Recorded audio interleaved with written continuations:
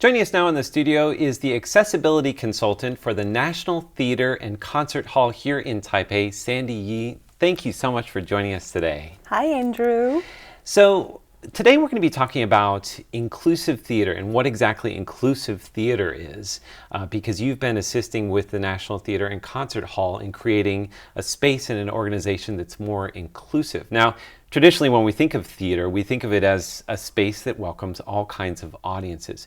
So I want to begin today by talking about how maybe a lot of theaters are not as inclusive as they can be. Who is it not inclusive for?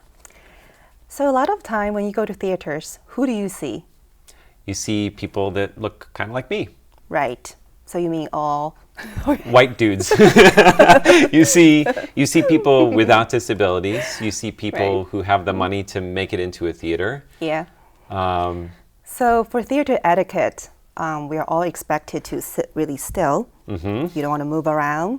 You don't want to make any noises. You don't want to be coughing the whole time you're in the theater. And if you have like asthma attack or some sort of like emergency situation where you really need to just take a little break, you can't. You can't stand up. You can't walk around if you're in like a concert hall, right? No. So, for example, my friend's friend, she has a son who has cerebral palsy, mm-hmm. and he got really excited when watching a show in a theater. And he was like making a bit noise, just like, oh my gosh, this is like so great. And then he was moving his body. But then the what you would call that, the audience mm-hmm. sitting like in front of them, like he turned back. Kept turning around and saying, what are you doing? Why are you making noise? Yeah. He just gave parents like the evil look, like you're not disciplining your child. And then the mother just like apologized profusely, and then the mother ended up like covering the child's mouth for the rest of the performance. Wow. So, I mean, obviously that's hard on the child. It's also hard on the mom. Yeah. And it can also be, if people don't understand, it can be hard on the people around them as well. If people don't understand and aren't on the same kind of page when it comes to inclusive performances. Right. So in disability community, sometimes we call it disability culture communities. We know that, yes, people have diverse needs. People have, people come in with their wheelchair, with their trach, with their breathing machine, with their aids, and of course with their lovers, mm-hmm. with their children. But oftentimes, we don't expect disabled people to come in as one of the audience members. We think, oh yeah, if they want to come in, okay, we can design like a special viewing event, but then it's only exclusive to them. And oftentimes they say, oh, we only have, space for blind people this time. Yeah. And because that's the type of volunteers we can get, they're here to help. And oftentimes that wheelchair seating is often limited mm-hmm. in theater spaces. And so my friends, they wanted to go to like a theater or performance. They will find themselves like, okay, we cannot sit together. Like maybe my friends, they're able-bodied, they're non-disabled, but then they cannot sit next to me. They have to sit so far away. So there'd be like kind of one specific section that is just for people in wheelchairs, and right. then their friends and family would have to sit in a completely different part of the theater. Yeah, it would be like, this is such a good show, but you cannot even yell. It's like, I have to feel it in my heart, and then we can talk later. But sometimes, like, when you go to the show, you sit next to your loved ones, like, oh my gosh, this is so good. Mm-hmm. You can bump your shoulder and do that, but disabled people can't. You feel like you're watching the show alone, even if you have friends and family that are also in the same audience. Right. So it seems like a lot of theaters, when they're dealing with customers with disability or audience members with disabilities, they often do one-off events. So this is going to be for deaf people, or this is going to be people with visual impairment. Right. But there's never kind of an event or an ongoing kind of scenario where people are welcome. People of all different backgrounds are welcome. Is that the concept of inclusive theater? Is that everyone can join in at the same time? Right. So when we think about how to include inclusive, not just as a concept, but then as a practice itself in theater, in performing arts, we have to think about, are we opening our door to a variety of audiences? And they are not just coming in with fellow disabled people, because oftentimes people do assume that you disabled people show up all at one time. That's like, hello, we don't live together. Right? It's like, hi. So like sometimes you might go out for a date, right? And your partner may be non-disabled. And people have a hard time to put that together. It's like, what? You are here for a date? This is not like a rehab for you? Yeah. And people get really nervous. It's like, oh my gosh, I'm seeing a disabled person. What do I do now? And so with these like one-off events, what happens is other general public will not get to interact with disabled audience. So it would be an event just for people with disabilities, and then other audiences would not be there at the same time. It would be Right. kind of separate but equal. But separate But is not equal. Yeah, exactly. Yeah. So now recently you've actually held a big symposium, this is over the summer, with the National Theater and Concert Hall. And the goal was to kind of explore ways in which the National Theater and Concert Hall can be more inclusive. And I just want to pull out this brochure because I noticed that the sheer scope of what inclusive means is huge. There are so many different things that this involves, so many moving parts, so many different things to take into consideration. I want to talk first of all about these little logos that they've created to act as a sign for different people with different needs. Can you maybe tell us about these different pictures that they've created? Sure. So oftentimes we see a person in a chair. We assume that, oh, that's the service for people who have mobility needs. But then it's actually, well, it's wheelchair accessible. It means there is a ramp, there's an easy automatic door. So it works perfectly for elders who are walking slower than before. They're perfect for children who uses strollers, who come in with their parents, with oftentimes many like diaper bags and just things little kids may need. So these symbols actually talks about like what type of services we do provide. For example, this one is sign language interpretation. Okay. So with specific programs, we will hire interpreters to be a part of the show or a part of the conversation, like panel discussion. So we have interpretations, and we have captioning. Oftentimes we see like, these opera shows, like these, maybe they speak Italian or French, and then, I don't speak any of that. No, So you have like English caption, and then when these shows come to Taiwan, you have Chinese caption. Okay. Right. And But- so this is also for people who can't hear as well. Right. Okay. So they really benefit deaf audience or people with people who are hard of hearings. But they also work so great for foreigners Yes. who are learning Chinese. Yes, or Taiwanese. Yes. I always use it for Taiwanese. 'Cause I don't speak Taiwanese. Yeah, it's a lot to follow, especially like if you really want to get like the script. So when we provide these accessibility services, it's not just for disabled people because they need it. We're thinking about, we also want to include people who are not understanding the show when it is in English or in Italian. So that's what I think is actually great, because you bring together so many different communities. It's not just for people with disabilities. It's also for people who are elderly. It's also for young children. It's for new immigrants or new residents of Taiwan. So it really encompasses everyone. When we're saying accessible or inclusive, we're not saying just for people with disabilities. We're saying for everybody. Yeah. And so like when I think about this, I get goosebumps because it's so much bigger. And actually, we share so much in common, too. Exactly. So we have touch tour. We welcome Tactile tours. What is that? That's you let the audience members feel things, or what does that involve? So what happened is we'll organize a tour, like everybody can come in, and then we will introduce specific parts of the theater as our, like, hey, feel this. and then we give you background information. And then in the future, because touch tour essentially is more like a pre-show tour. Okay. And in the States, when we run it, it's like, okay, come in, and then you can go on the stage.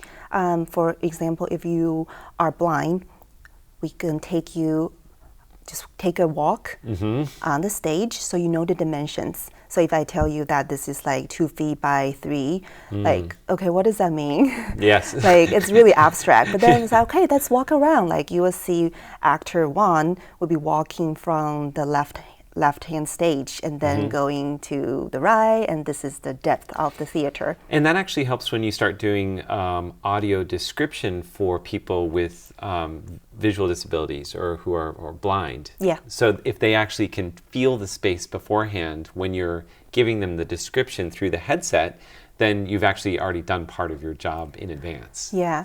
And I think from an artistic point of view, you're actually engaging audience to explore, to get into the arts through multiple senses, not just like the visual elements, but then also the tactile part, but then and then sound. And so I think we've covered most of this. We have a couple more here. We have guide dogs are welcome. We've got large print. So that's for audience members reading the brochure, or? Yeah, so oftentimes we're so used to printing everything small as if like we can read it, right?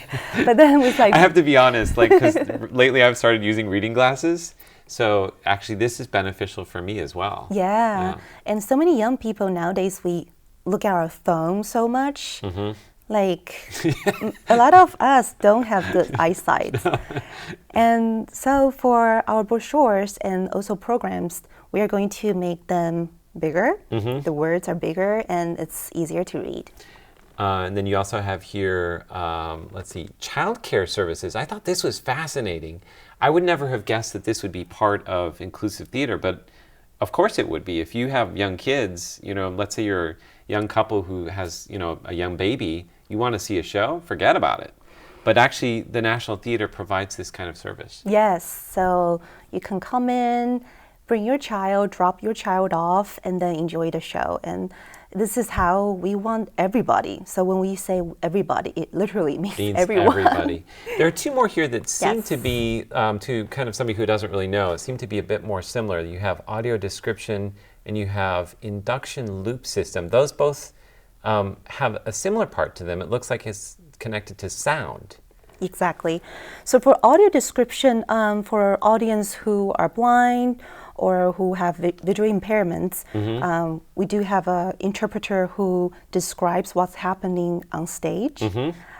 So this way, everything is described by text. Okay. So think about, all right, before the show, you have a tactile tour, and then you get to explore the space, you get to explore the costume maybe, and then for audio description, it describes the action, it describes things that are not spoken in sound. Andrew picks up his cup and takes a sip. Exactly. That would be what they would say for kind of like an audio description? Yeah. Okay. And then for induction loop system, this one works for people who uses hearing aid. So there's a little, I guess, switch. You can turn it on, and then it basically amplifies the sound. Okay. Wow. Sandie, this is a lot going on here. I'm curious to know, with all of these different services, is the goal to be able to provide these for all scenarios, or is this kind of like some performances provide these services, some do not? So right now in Taiwan, we're exploring.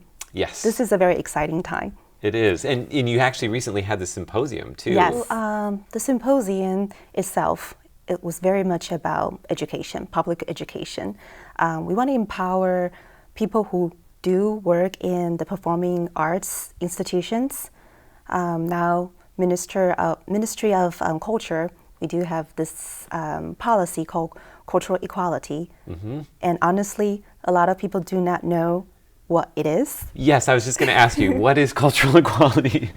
Yeah, so we do consider, like, let's say you mentioned new residents, right? people who are from less privileged communities, people with disabilities. Oftentimes, we have less access to the arts because of economic limitations, because of bias. Like, oh no, disabled people don't know how to enjoy music. Or don't need to enjoy music. Exactly. Like deaf people, why do they need to enjoy music? Yeah, it's like, oh, they don't hear it anyways, right? Yeah. So there are a lot of bias and also stereotype. It's like, oh, if you come to our performing arts center, it's gonna be too much on you, like health-wise. Like my friend actually was told that, well, why don't you come here when there are not as many people? Wow. Like for example, during the weekday. But then, so it shows like people do not think disabled people also work. Right. Or would want to come with their friends on the weekend when their friends are free too. Right. Right? Yeah. So with cultural equality as a big concept, how do we make it work? So this time we have a symposium. We want to give people knowledge and skills. So in the morning we did presentations on, okay, what is inclusion? What does that look like? And my friend Sandie Yan, she came from Hong Kong. She did a presentation on how they do it in Hong Kong. And I gave a presentation on giving like just background information of how we think about access or lack of access. And then in the afternoon, we have 4 workshops for people to explore the topics that they were interested in.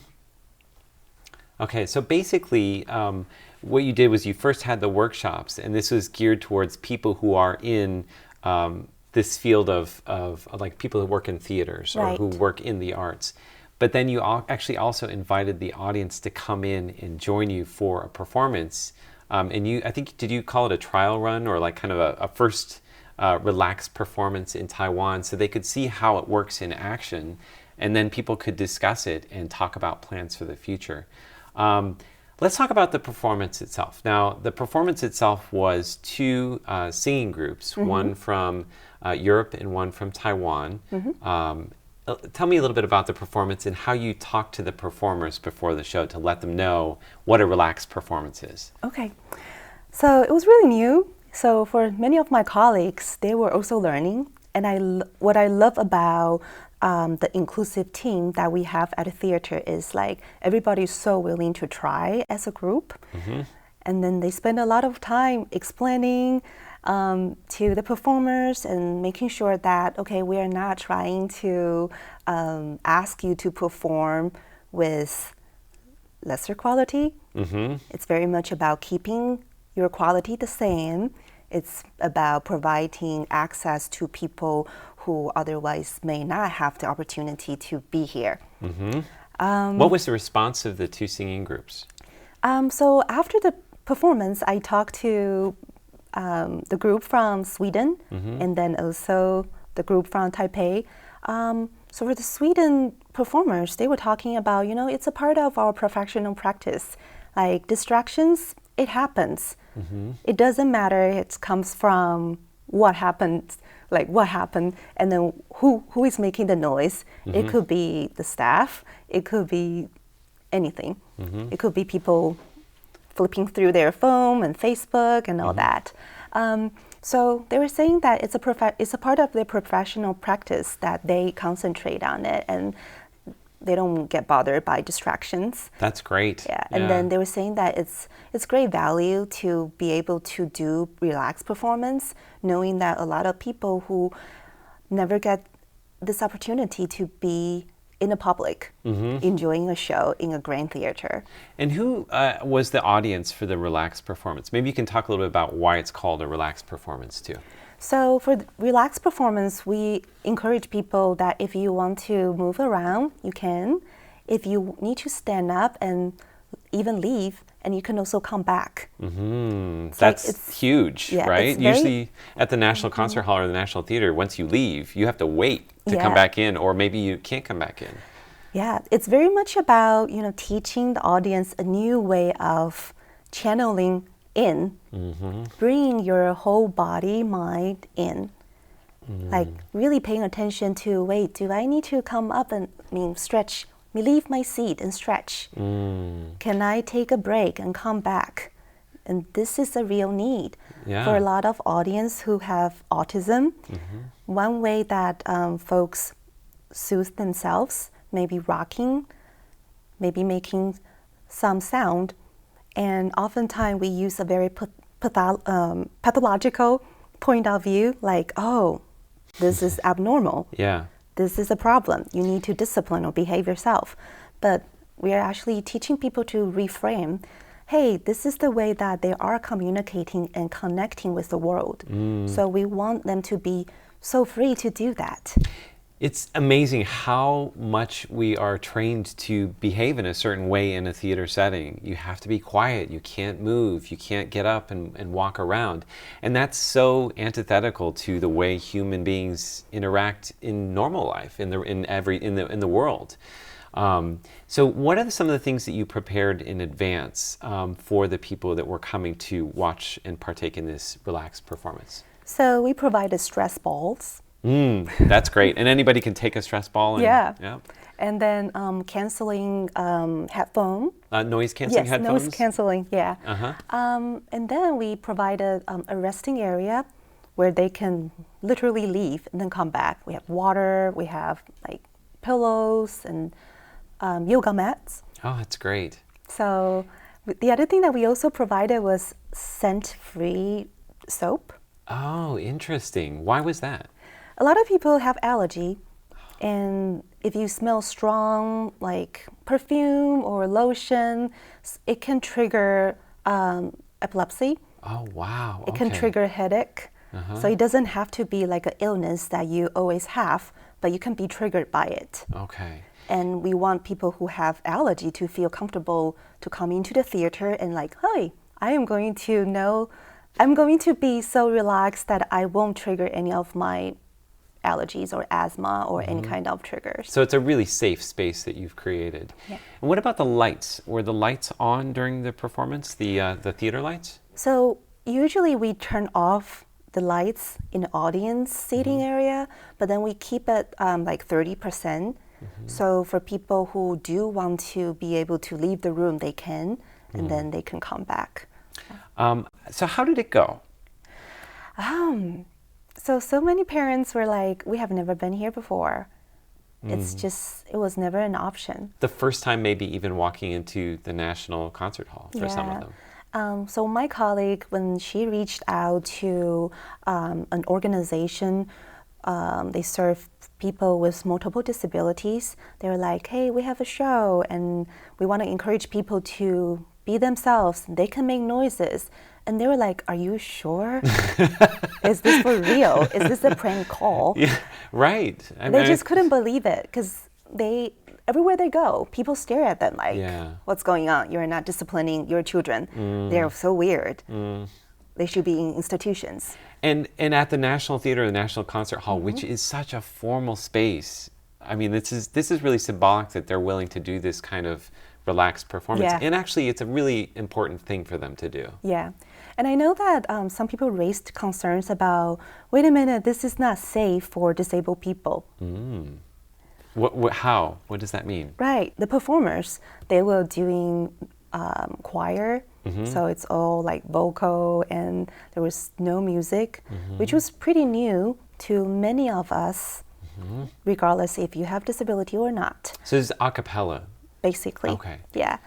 And then, so some people were nervous about, well, if this is like too strong for some of the audience.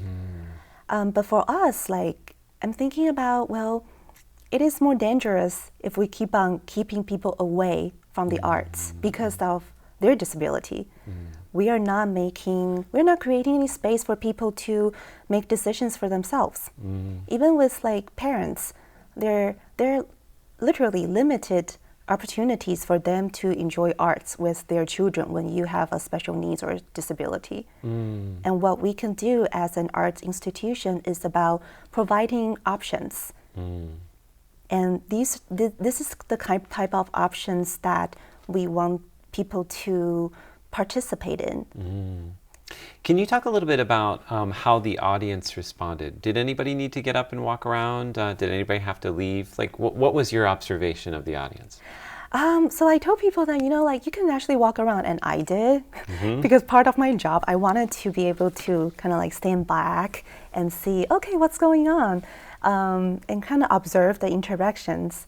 So I noticed like with people with disabilities, a couple of people got really into it, and then they want to move around, they want to Make noise? Some people made noise, I think. And then I think it was their either caregiver or their family members would be like smacking Oh, them. no. Yeah, because they're so used to it. And even though like we told them like, oh no, it's all right, it's all right. But they're like, okay, shh, don't do that. So and somebody had to also leave as well, I heard. Or Yeah. somebody made the decision to bring their child out of the theater. Right, Were you able right. to talk with them? Yeah, I did.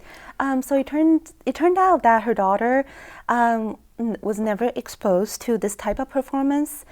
How do we take our existing knowledge and basically creating a better system of programming, service, and how do we share this knowledge with other people in the field?